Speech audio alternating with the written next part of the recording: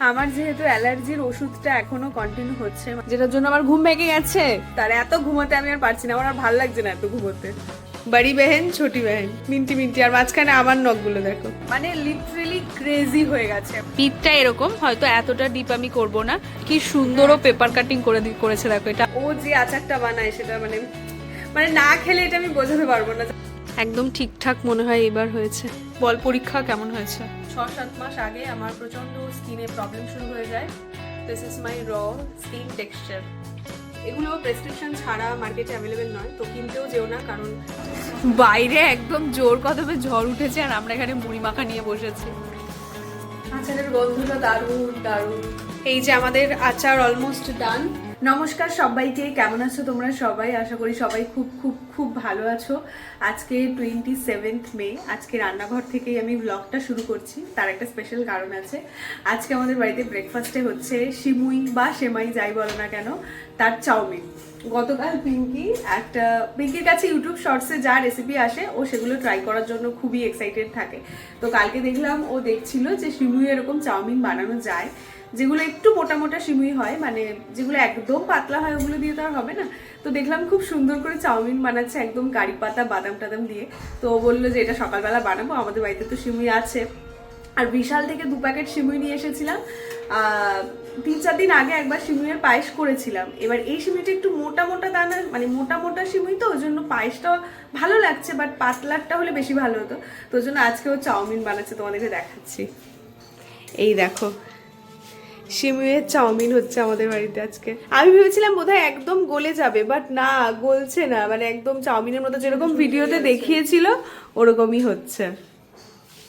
বুনু প্রথমেই good morning আর বুক ভরা ভালোবাসা। বাবা এত ভালো ভালো বলছিস আজকে। ও সকাল থেকে উঠে এখানে হারমোনিয়াম নিয়ে গান প্র্যাকটিস করছিল, যেটার জন্য আমার ঘুম ভেঙে গেছে। এটা হচ্ছে আমার আজকে সকালের অভিযোগ। কখন তুই ঘুমোচ্ছিলিস তো? কোথায় উঠেছিলিস তো? ও আচ্ছা, উঠে গেছি না, আমার মনে হলো গানে কান আসছিল বলছি। সকালবেলা ভুলভাল বকছি, বললাম যে গানে গান আসছিল। তারপর আমার ঘুম ভেঙে গেছে, তারপর উঠে দেখলাম তুই গান করছিস। এখন কি চাউমিনটা খাবি? চাউমিন কোথায়? সিমুই তো। ওই সিমুয়ের চাউমিন। চল খাবো, তারপরে খেয়ে বেরোবো। ও তোর আজকে পরীক্ষা আছে না? ও কি পরীক্ষা জানো আজকে? English. All the best. Thank you. আমার যেহেতু অ্যালার্জির ওষুধটা এখনো কন্টিনিউ হচ্ছে, মানে ওটা 10 দিনের একটা কোর্স দিয়েছিল, তো আমি ওষুধটা পুরো কোর্সটা কমপ্লিট করছি। তো সেই জন্য অ্যালার্জির ওষুধটা না রাতে খেয়ে ঘুমোলে সকালে চট করে ঘুম ভাঙে না। মানে লাস্ট 1 সপ্তাহ ধরে আমি 9টার আগে ঘুম থেকে উঠতে পারছি না। আমি যদি অ্যালার্ম দিয়েও রাখি আমার চোখ খোলে না, মানে চোখ বন্ধ হয়ে যায়। আর উঠলেও ভীষণ ড্রাউজিনেস ফিল হচ্ছে। প্রায় ওঠার মানে ঘুম থেকে ওঠার 4-5 ঘন্টা ধরে আমি এরকম ঢুলছি। ওই ওষুধটা আমি সেদিন দেখলাম যে গুগল করে যে ওষুধটা খেলে একটা ডিপ স্লিপ হবে। তো তারপর লাস্ট টানা 7-8 দিন ধরে আমি তাই করছি। মানে রাতেও তাড়াতাড়ি ঘুমোলেও সেই 9টায় উঠছি, আবার দুপুরেও ঘুমোচ্ছি। মানে ওষুধটা খাওয়ার ফলে আমার শুধুই ঘুম পাচ্ছে। যাই হোক, তাও ওষুধটা কমপ্লিট করে নেব। 10 দিনের কোর্স আছে, আমি বোধহয় 8 দিন খাওয়া হয়ে গেছে, আর 2টো ওষুধ বাকি আছে। 2টো ওষুধ মানে কমপ্লিট হয়ে গেলে আমি মানে নিস্তার। এত ঘুমোতে আমি আর পারছি না, আমার আর ভালো লাগছে না এত ঘুমোতে। কত জন্ম পর আমি নেল পলিশ করলাম বলতো? আজকে তোমাদেরকে একটা দারুণ জিনিস দেখাচ্ছি, তোমরাও নখটা একবার দেখো শুধু। কালকে আমাকে বলছে যে আমাকে নেল পলিশ পরিয়ে দে।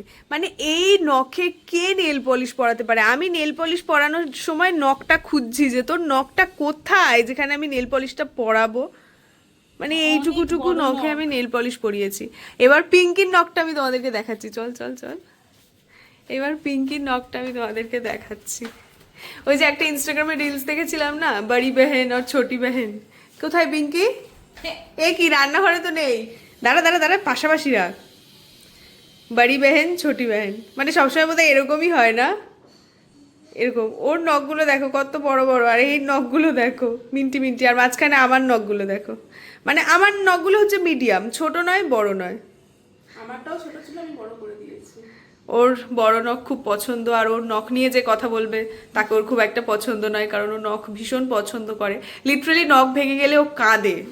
এমনটাও হয়েছে যে নখ ভেঙে গেলেও কাঁদে। আমার একবারই নখ ভেঙে যেত। হ্যাঁ, একবারও ভেঙে গেছে। হ্যাঁ, তারপর কি কান্না কাঁদছিল নখ ভেঙে গেছে বলে। এখনো ভাঙলে স্বপ্ন কেটে দিই, কষ্ট লাগবে একটু। আচ্ছা চলো, আমাদের ব্রেকফাস্ট রেডি হয়ে গেছে। এই যে সিমুয়ের চাউমিন খাবো আমরা, চল।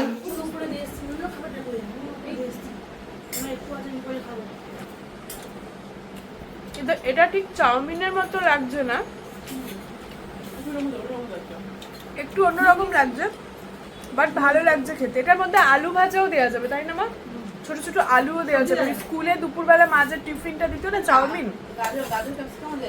মানে ওই সবজি দিয়ে যে চাউমিনটা, ওটা আরো ভালো লাগবে। আমাদের বাড়িতে সবজি খুব একটা ছিল না, ওই ফ্রোজেন মটরশুঁটি ছিল, ওই মটরশুঁটি দেওয়া হয়েছে আর কারি পাতা দেওয়া হয়েছে আর পেঁয়াজ দেওয়া হয়েছে। এখন 11টা বাজে, মানে 1টার সময় আসবি? 1টায় আসবি? হ্যাঁ বলো, 1:30 আসবো। 1:30 মানে ওই আর কি 1:20 নাগাদ থেকে যাবো। ও মা, মাগো বলছে তুমি কি একটা আমাকে আনতে বলেছিলে আগের দিন। মা তুমি কি আনতে বলেছিল ওকে? তুল না তুল না, ঠাকুর ঘরের তুলো। তোর জন্য কিছু আনতে হবে? না না না। Okay bye bye. বাইরে খুব রোদ। এই যে যেদিন থেকে ছোট দিয়ে প্যান্টটা বানিয়ে দিয়েছে, রোজই এই প্যান্টটাই পরে যাচ্ছে। I am obsessed with this pant. Tata. তোর দিনে কটা ওষুধ আছে? 4টে না 3টে? সকালবেলা, দুপুরবেলা আর রাত্রিবেলা, সন্ধ্যাবেলা, ঠিক আছে? সকাল, দুপুর আর সন্ধ্যা। সন্ধ্যাবেলা এই 3 বেলায় 3টে করে সব দিয়েছে। ও। অন্যবারে কি দেয়, সকালে দিলে রাতে একটা এরকম ভাবে ম্যানেজ করবেন, এবারে দেখছি 3 বেলা 3টে রয়েছে। আচ্ছা, তোমরা অনেকেই আমাকে ইনস্টাগ্রামে অনেকেই ডিএম করো যে বোন অ্যালোপেশিয়ার ওষুধ খায়। আমি ব্লগে অনেকবার বলেছি, তার জন্য অনেকেই ডিএম করো। আমি ডক্টরের কন্ট্যাক্ট নাম্বারও সবাইকে মোটামুটি যতজন আমাকে ডিএম করেছো আমি দিয়েই দিয়েছি। এইবার বিষয়টা হলো যে 5-6 মাস আগে, মানে যেহেতু ডক্টর পল্লব বোস উনি আমাদের এখানে খুবই পরিচিত ছিলেন এবং ওনার ওষুধ খুব ভালো, মানে উনি যাকেই আজ পর্যন্ত ওষুধ দিয়েছেন ওষুধে কাজ হয়েছে। তো স্বাভাবিক বোনেরও কাজ হচ্ছিল। 5-6 মাস আগে ওনার মানে কোনো একটা ভিডিও ফেসবুকে খুব ভাইরাল হয়, আর তারপর থেকে মানে লিটারেলি ক্রেজি হয়ে গেছে। মানে ওনার বাড়ির সামনে প্রায় রোজ 200 থেকে 250টা পেশেন্ট আসে, ঠিক আছে? দূর দূর থেকে, মানে নৈহাটি থেকে, ব্যারাকপুর থেকে, ওদিকে দমদম থেকে, মানে দূর দূর থেকে লোকজন ওনাকে দেখাতে আসছেন। সে তো ভালো কথা। এইবার গন্ডগোলটা যেটা হয়েছে, আমরা যারা কাছাকাছি থাকি, মানে এই আশেপাশের লোকজন, ওনার আর কোনো অ্যাপয়েন্টমেন্ট পাওয়া যাচ্ছে না। গত প্রায় 1 মাস ধরে বোন 2-3 বার গিয়ে ফিরে এসেছে। সেদিন লাস্ট বোন একবার দেখাতে গেল, তার জন্য দিনে 3 বার যেতে হয়েছে। সকালে একবার মা গিয়ে নাম লিখিয়ে এসেছে, বোন আবার দুপুরে গিয়ে সেটা কনফার্ম করে এসেছে। তারপর সকাল থেকে এই নাম লেখানো, দাঁড়িয়ে থাকা, এগুলো করার পর 8:30 না 9টা নাগাদ ওনার অ্যাপয়েন্টমেন্ট পাওয়া গেছে এবং বোন গিয়ে ওষুধ নিয়ে এসেছে। বুঝতে পেরেছো? মানে সোশ্যাল মিডিয়ার এতটাই পাওয়ার। উনি অবশ্যই ডক্টর হিসেবে তো খুবই পরিচিত ছিলেন, কিন্তু এত মানুষের কাছে পৌঁছে গেছে। আর এমন অবস্থা হয়েছে যে যারা আগে ওনাকে খুব দেখাতো, মানে কাছাকাছি যারা রয়েছে, তারাই আর ওনার অ্যাপয়েন্টমেন্ট পাচ্ছে না। লিটারালি বোন তো গত 1 মাস ধরে বিরক্ত হয়ে গেছে। ও অনেকবার গিয়ে ফিরে এসেছে। পিঙ্কি, তোর এক্সপিরিয়েন্সটা একটু বল। হরিবেল, মানে ও লাস্টে এরকম বলছে যে আমি আর যাব না, আমার আর ভালো লাগছে না। এতবার গিয়ে শুধু ফিরে এসেছে। তারপর শেষমেশ এই কয়েকটা দিন আগে, কয়েকটা দিন 3 দিন মতো আগে, তো 2 দিন আগে ও আর মা গিয়ে সারাদিন ধরে ডক্টরের বাড়ির সামনে ঘোরাফেরা করার পর 9টার সময় ওষুধ আনতে পেরেছে। মানে 9টা 9:30 দেখিয়েছে, 10টায় বাড়ি ফিরেছে। আর মা সকালবেলা গিয়ে নাম লিখিয়ে এসেছিল। আচ্ছা, বোন এখানে আমার ব্লাউজের কাটিং করছে, মানে আমার পিঙ্ক কালারের যে ব্লাউজটা ছিল তার লাইনিংয়ের ওপরে কাটিং চলছে। আর এই ব্লাউজটা, মানে যেটা ওই কাঞ্চি কটন শাড়িটার যে ব্লাউজটা, এটার কাটিং অলরেডি হয়ে গেছে। এটার ডিজাইনে আমি খুব বেশি নিত্য নতুন কিছু করছি না, কারণ এটা একটা কটনের শাড়ি, তো আমি সিম্পল রাখছি। এই ব্লাউজটা, যেটা আমার পুরনো একটা ব্লাউজ ছিল, সেই ব্লাউজটার মাপেই এটা করছি। আর এই ব্লাউজ, যেটা পিঙ্ক কালারের ব্লাউজের ডিজাইনটা, আমি মিন্ত্রা থেকে একটা ডিজাইন বের করেছি। এই যে এরকম ডিজাইনটা রাখবো, পিঠটা এরকম, হয়তো এতটা ডিপ আমি করব না, হাতটাও এরকম স্লিভেই রাখবো। তবে এখানে ব্লাউজের কাপড় দিয়ে হাতটা বানিয়েছে, আমি ব্লাউজের কাপড় দিয়ে করব না। আমি কি করব পিঙ্কি বলেছিলাম জানো? নেট, হ্যাঁ নেট দিয়ে করব। এই হাতের জায়গাটাতে, মানে স্লিভের জায়গাটাতে আমি নেট দেব। কোথায় গেল রে বাবা? এই যে এই জায়গাটাতে আমি নেট ইউজ করব। পুরো স্লিভের জায়গাটাতে নেট থাকবে আর এরকম বর্ডার থাকবে। এটার এপাশটা এসে একটু ব্যান্ড হয়েছে, বাট যেটা এমনি সিম্পল করাতে হয় সেটা জাস্ট এরকম হয়। কি সুন্দরও পেপার কাটিং করেছে দেখো। এটা আমার ব্লাউজের ব্যাক সাইডটা, কি ভালো দেখতে লাগছে। আমার মনে হচ্ছে এটাই পরে নি। হ্যাঁ হেভি লাগছে দেখতে। কিন্তু আমি বলতে চাইছি এই জায়গাটায় একটু স্পেস থাকবে তো, মানে হ্যাঁ ইনার ওয়্যার শো হবে না তো, ওটাই আমি বলছি। ঠিক আছে, আমার এইটা পছন্দ হয়েছে, মানে এই লেন্থটা একদম ঠিকঠাক মনে হচ্ছে। হ্যাঁ। এটা আমি জাস্ট র্যান্ডমলি দিয়েছি, এটা লেন্থ নয়। ও আচ্ছা, না আমার এটা পছন্দ হয়েছে তাই আমি বললাম। এইখানে যেমন বেশি ডিপ আছে, এত ডিপ তো আমি পরবো না। হ্যাঁ, অত ডিপ আমি করবো না, তবে ওইটা বেশ ভালোই লাগছে। এটা থেকে একটু বড়ও রাখতে পারিস, মানে এই লেন্থটা একটু বাড়াতেও পারিস, আমার চাপ নেই। এখন আমি ছাদে যাব, আমগুলো তুলে নিয়ে আসতে হবে। গতকাল 5 কেজি মতো আম কেটে নুন হলুদ মাখিয়ে মা ছাদে শুকোতে দিয়েছিল। এবার কালকে আমের আচার বানানোর কথা ছিল, কিন্তু বোন কলেজ থেকে এসে বললো যে না, আমের আচার বানাবে না, কারণ আমগুলো আরও একটা দিন রোদে দিতে হবে, ভালো মতো করে শুকনো হয়নি, মানে যতটা দরকার ততটা হয়নি। তো আজকে রোদে দেওয়া আছে, ওগুলো এখন নিয়ে আসি। আজকে বিকেলের দিকে হয়তো বোন আচার বানাবে, আমি তোমাদের সঙ্গে রেসিপিটা শেয়ার করব। ও এত ভালো আচার বানায়, আমি কি বলবো তোমাদেরকে। তোমরা এই রেসিপিটা ফলো করে চাইলে, এখন যেহেতু আমের সিজন রয়েছে, একবার আচার বানিয়ে দেখতে পারো। আমি এটুকু বলতে পারি, ওর রেসিপিটা ফলো করে যদি বানাও, ও খুব ভালো আচার বানায়। মানে আমি আচার খেতে খুব ভালোবাসি, সবার হাতের আচার আমার খুব একটা পছন্দ হয়, বাট ও যে আচারটা বানায় সেটা মানে না খেলে এটা আমি বোঝাতে পারবো না। যাই হোক, চলো এই যে এতগুলো আম রোদে শুকনো হয়ে গেছে, একদম ঠিকঠাক মনে হয় এবার হয়েছে। সব তুলে নিয়ে এগুলো যাই, চলো। ব্যাস,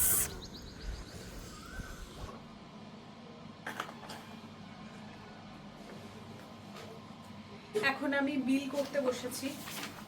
বেশ কয়েকটা বিল করতে হবে, প্লাস একটা মেল করতে হবে। এই টুকটাক কাজগুলো এখন আমাকে কমপ্লিট করতে হবে, তারপর আমি স্নানে যাব।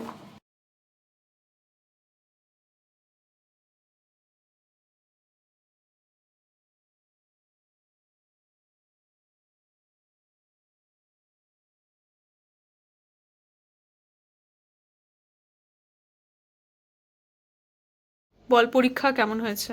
খুব ভালো। খুব ভালো হয়েছে? পেরেছিস সব কিছু? কত মার্কসের পরীক্ষা ছিল? 50, 15, 15, 30? হ্যাঁ 50, 60, 70, 80। ওই অ্যাসারশন রিজনই একটু ভুলভাল মনে হচ্ছিল, বাকি সব ঠিক ছিল। মানে 80-তে 80 অ্যাটেম্প্ট করেছিস? হ্যাঁ হ্যাঁ হ্যাঁ। বাহ, ভালো ভালো ভালো। আর বাইরে গরম কেমন বল? ঠিকঠাক। আজকে মনে হচ্ছে গরমটা একটু কম আছে গতকালের তুলনায়। মনে হলো পরের দিন আবার যাবো আবার আনবো। তালের শ্বাস খেতে আমরা খুব ভালোবাসি। আর সেই দিন আমি ডক্টর দেখাতে গেছিলাম ফেরার সময় পার্থপুরের ওদিক থেকে, মানে পার্থপুর যাইনি, ওটা কি কদমতলার ওখান থেকে তালের শ্বাস নিয়ে এসেছিলাম। কত 12টা 100 টাকা দিয়ে নিয়ে এসেছিলাম। তো তখন আমার ঠান্ডা লেগে গেছিল, তো ঠান্ডা লাগা অবস্থায় মা বলছিল খেতে বারণ করছিল, বাট আমি তাও লোভ সামলাতে পারিনি, খেতে এত ভালো লাগে। আজকে বোনও পড়তে থেকে ফেরার সময় দেখেছে, বাট ও আনেনি। কেন আনিসনি? পরের দিন আনবো। অটো থেকে নামতে হতো বলে? না, আমি ভাবলাম মানে একটু দাঁড়াতে হতো, অনেক ভিড় ছিল। ও আচ্ছা, খুব ভালো, মানে তালের শ্বাস শরীরের জন্য খাওয়া খুব ভালো, আর এমনিতে খেতে তো খুব টেস্টি লাগে। ওটাকে তালের শ্বাস বলে? তালের শ্বাসই তো বলে। ইংলিশে কি বলে? আইস অ্যাপেল। আইস অ্যাপেল বলে, বাট বাংলায় তো আমরা তালের শ্বাস বলি, অনেকে আবার অন্য অন্য মানে অঞ্চল অনুযায়ী বা রিজিয়নাল অনুযায়ী অন্যান্য টার্ম তো রয়েছে। Yes yes. যাই হোক, তুই স্নানে যাবি তো? আমি এখন বিল করছি। অঞ্চল শুনে বোঝা গেল তুই জিওগ্রাফি স্টুডেন্ট। চলো, আমার বিল করা হয়ে গেছে, এখন ল্যাপটপটাকে শাটডাউন করে দিই। সমস্ত কাজ আমার ডান, ব্যাস। ল্যাপটপ বন্ধ, এটা একটু চার্জ হোক, কারণ একটু চার্জ নেই। এই মাত্র আমি স্নান টান সেরে স্কিন কেয়ারটা কমপ্লিট করলাম। তোমরা অনেকেই আমাকে কমেন্ট করছো যে দিদি তোমার প্রেজেন্ট স্কিন কেয়ার রুটিনটা শেয়ার করো। এইবার সত্যি কথা বলতে এই মুহূর্তে আমাকে ডার্মাটোলজিস্ট যা রেকমেন্ড করেছেন, মানে আমি ডার্মাটোলজিস্টের হেল্প নিয়েছি। 6-7 মাস আগে আমার প্রচণ্ড স্কিনে প্রবলেম শুরু হয়ে যায়। এই কপালে মানে ফোরহেডে আমার প্রচুর দানা দানা হতে শুরু করে, পুরো ফেস জুড়ে সেই প্রবলেমটা হচ্ছিল। তো আমি স্কিনের ডক্টর দেখাই, আর তারপর থেকে উনি যা যা রেকমেন্ড করেছে আমি সেগুলো সব ফলো করেছি। প্রথমে আমার ট্রেটিনয়েড ট্রিটমেন্ট চলেছে প্রায় 3 মাস মতো, তো সেই মলম সমস্ত কিছু শেষ হয়ে গেছে। এখন প্রেজেন্ট যে ট্রিটমেন্টগুলো চলছে সেগুলোর মধ্যে এই লোশনটা আমি অ্যাপ্লাই করি, এটা NMF এর একটা লোশন। এগুলো না আমি দেখাতে চাই না এই কারণ যেহেতু ডক্টর রেকমেন্ড করেছেন, তো এগুলো এরকম প্রেসক্রিপশন ছাড়া মার্কেটে অ্যাভেলেবেল নয়, মানে কিনতে পারবে না। জাস্ট তোমরা জানতে চেয়েছো তাই আমি শেয়ার করছি। এখন আমি অ্যাজলিক অ্যাসিড সিরাম 10%, এইটা সরি অ্যাজলিক অ্যাসিড ক্রিম 10%, এটা আমি রোজ সন্ধ্যায় মাখি, 2 ঘন্টা জাস্ট রেখে দিতে হয়। আর দিনের বেলা ময়শ্চারাইজার আর তার সঙ্গে ইকরান অ্যাকোয়াজেল এই সানস্ক্রিনটা অ্যাপ্লাই করি। এটা হচ্ছে আমার present skin care routine, as কিছু না, ডক্টর যা রেকমেন্ড করেছেন আমি ওটাই ফলো করছি। আর এখন আমার প্রেজেন্ট স্কিন কেয়ারটা মানে প্রেজেন্ট স্কিন কন্ডিশনটা একটু জুম করে 0.1-এ দেখিয়ে দেবো। মানে এটা 0.6-এ ন্যাচারাল স্কিনই দেখায়, বাট র টেক্সচারটা 0.1-এই বোঝা যায়। দু একটা পিম্পলস আছে, দ্যাটস নর্মাল, বাট বাকি হচ্ছে দিস ইজ মাই র স্কিন টেক্সচার। সো অনেকদিন ধরে তোমরা কমেন্ট করছিলে, তাই ভাবলাম শেয়ার করে দিই। এগুলো প্রেসক্রিপশন ছাড়া মার্কেটে অ্যাভেলেবেল নয়, তো কিনতেও যেও না, কারণ ডার্মাটোলজিস্টের রেকমেন্ডেশন ছাড়া এগুলো যদি অ্যাপ্লাই করো তাহলে স্কিনে সিরিয়াস ইস্যু হতে পারে। সো ডক্টর রেকমেন্ডেশন ছাড়া এগুলো কেনা যায় না, ওই জন্য আমি জাস্ট অ্যাভয়েড করেছি, তোমাদেরকে বলিনি। আর সত্যি কথা বলতে স্কিনের কন্ডিশনটা ঠিক না হওয়া অবধি আমি যদি এখন বলি যে না এই প্রোডাক্টগুলো খুব ভালো, তাহলে কেউ বিশ্বাসও করবে না। তো জন্য আমি আমার ওই স্কিন কন্ডিশন যদি তোমরা দেখতে, দু একটা হয়তো ভিডিও আছে, যদি কখনো সম্ভব হয় শেয়ার করব। আজকে দুপুরে আমাদের একদম ছিমছাম সিম্পল লাঞ্চ হয়েছে, কারণ দুপুরে বাবা আজকে খাচ্ছে না বাড়িতে। আর এর থেকেই বোঝা যায় যে বাবা দুপুরবেলা খেলেই মা ভালো মন্দ রান্না করে। আজকে আমার মা একদম সিম্পল কিছু করেছে, ঠিক আছে। এখানে ডাল সেদ্ধ আছে, মুনু দেখা, এখানে উচ্ছে সেদ্ধ আছে, পেঁপে সেদ্ধ আছে, সবই সেদ্ধ, আর অমলেট আছে, আর তার সঙ্গে রয়েছে আলু সেদ্ধ। উচ্ছে সেদ্ধটা পিঙ্কির জন্য, কারণ পিঙ্কির ডক্টর পিঙ্কিকে উচ্ছে সেদ্ধ খেতে বলেছে, রোজ উচ্ছে সেদ্ধ প্লাস পেঁপে সেদ্ধ খেতে বলেছে ওর অ্যালোপেশিয়া ট্রিটমেন্ট হিসেবে। এটা খেলে ওর তাড়াতাড়ি ইমপ্রুভমেন্ট হবে আর কি। এবারে আমি বুঝলাম কেন মা এত সিম্পল রান্না করেছে। দুপুরে বাবা খাচ্ছে না তো, বাবা যেদিন দুপুরে খাবে না, মানে কাজে কোথাও যদি যায়, কারখানাতে যদি না থাকে, তখন আমার মা একদম সিম্পল লাঞ্চ করে। তখন মা বলে না ইচ্ছে করছে না, সিম্পল লাঞ্চটা তো আমার বাবা খেতে চাইবে না, আমার বাবা সেদ্ধ, বাবা কি ডাল আলু সেদ্ধ খেতে চায় না, আর ডিম অমলেট, বাবা কি ডিম, এইটা তুমি বাবা থাকলে কখনো তো করো না। হ্যাঁ কবে করেছো? আমার তো মনে ওটা হচ্ছে না, তার সঙ্গে সবজি থাকে। হ্যাঁ কিছু না কিছু থাকে, আজকে একটা মিসিং লাগছে। ঠিক আছে, মাঝে মধ্যে এরকম সিম্পল লাঞ্চ ভালো লাগে। এখন 3:45 বাজে। লাঞ্চ করার পর আমি একটু ভয়েস ওভার করছিলাম, আর ফ্যান বন্ধ করে ভয়েস ওভার করছিলাম, তাই বুঝতেই পারছো ঘিমে একেবারে স্নান হয়ে গেছি। এখন যেহেতু এই সময়টা একটু চুপচাপ থাকে, মা বোনরা সবাই ওই ঘরে রেস্ট করছে, তো ওই জন্য আমি ভয়েস ওভারটা সেরে নিলাম। এখন আমাকে এডিট করতে বসতে হবে, আজকের যে মিনি ব্লগটা সেটা এডিট করে পোস্ট করে স্কেডিউল করে দিতে হবে, তো সেটা এখনই এডিট করতে বসবো। তারপর হয়তো বোনের সঙ্গে একটু আচার বানাতে ওকে হেল্প করতে হবে। তার আগে চলো এডিটটা সেরে নিই আমি আগে। দুপুরে এডিট করে পোস্ট করে তারপর আমি ঘুমিয়ে গেছিলাম।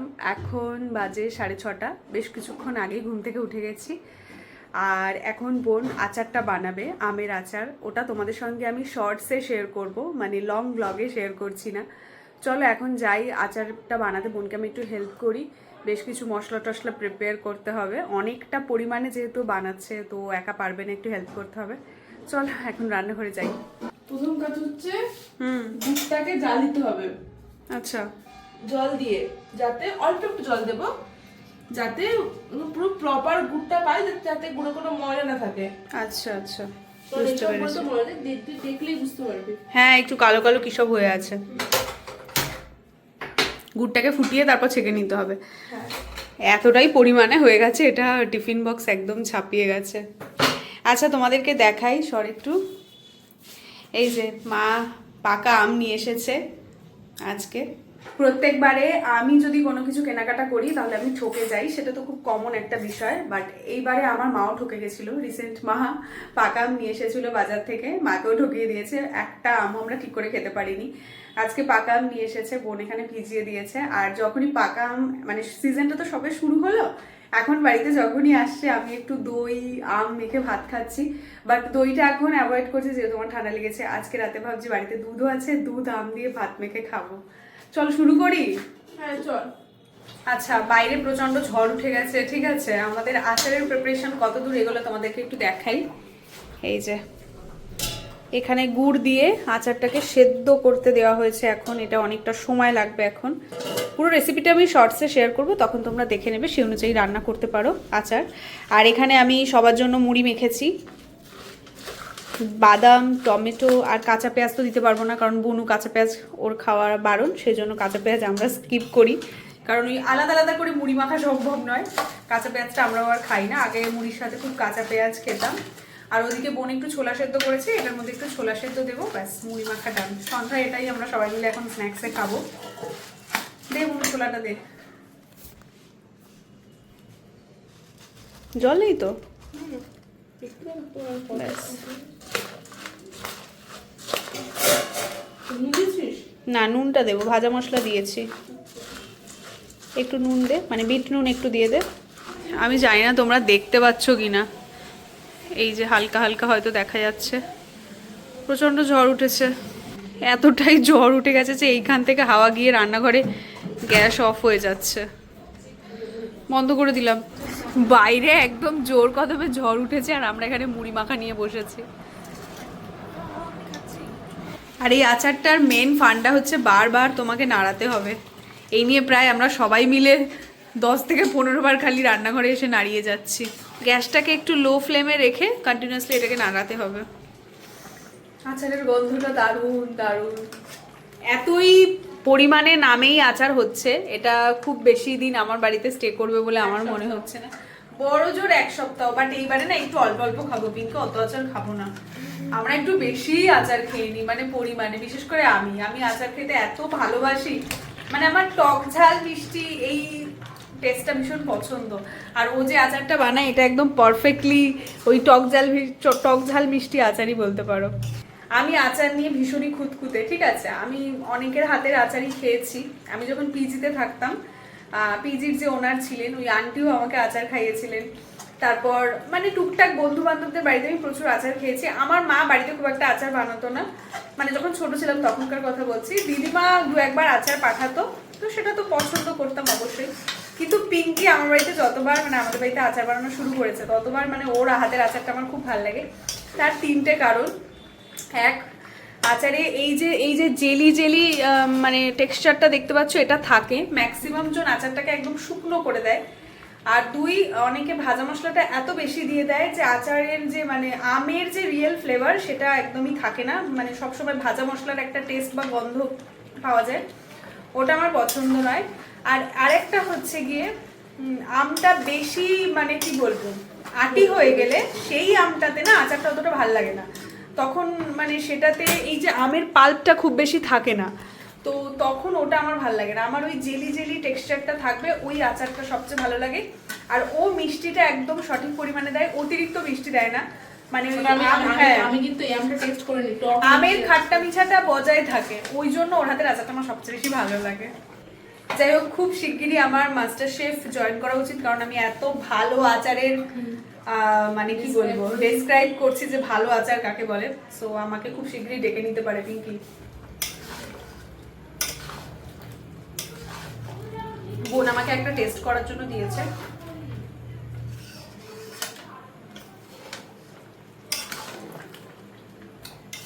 টক ঝাল মিষ্টি একদম পারফেক্ট আছে, শুধু ওপর থেকে এখন ভাজা মশলা দিবি, তাই তো? ভাজা মশলাটা দেয়নি এখনো, খুব ভালো হয়েছে। এই যে আমাদের আচার অলমোস্ট ডান।